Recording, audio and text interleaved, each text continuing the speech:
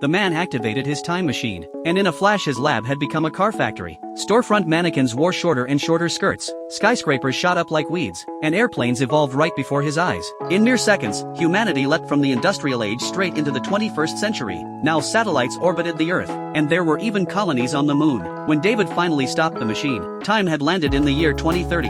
Standing in a futuristic city he didn't afraid, because he had come across a century of time for one reason only, to find an answer. Back in 1895 his girlfriend had been murdered by a thief. David built the time machine hoping to go back and change history, but even after pulling her away from the scene of the crime, she was still killed by a runaway carriage. He tried again and again, but no matter what he changed she always died. David finally realized the past couldn't be rewritten, so he set his sights on the future. Maybe somewhere ahead, he'd find a way to change the past. He jumped forward to 2030, and headed to a museum to search for answers. There he met an AI guide, an advanced assistant with access to all human knowledge, but even the AI had no answer to how time could be rewritten. Determined, David launched the time machine again, but suddenly it shook violently. He had to shut it down. When it stopped it was 2037. What he saw left him speechless. The once thriving city was in ruins, and above something even more terrifying. The moon had shattered and its pieces were crashing toward Earth. David bolted back to his time machine, but as he pulled the lever, a massive jolt knocked him unconscious. The machine kept running on its own. In a blink the world around him turned to dust. The moon's collision had wiped out humanity, but time didn't stop. Hundreds of years passed. Thousands, tens of thousands, hundreds of thousands. The Earth reshaped itself. Rivers became hills, hills flattened into plains,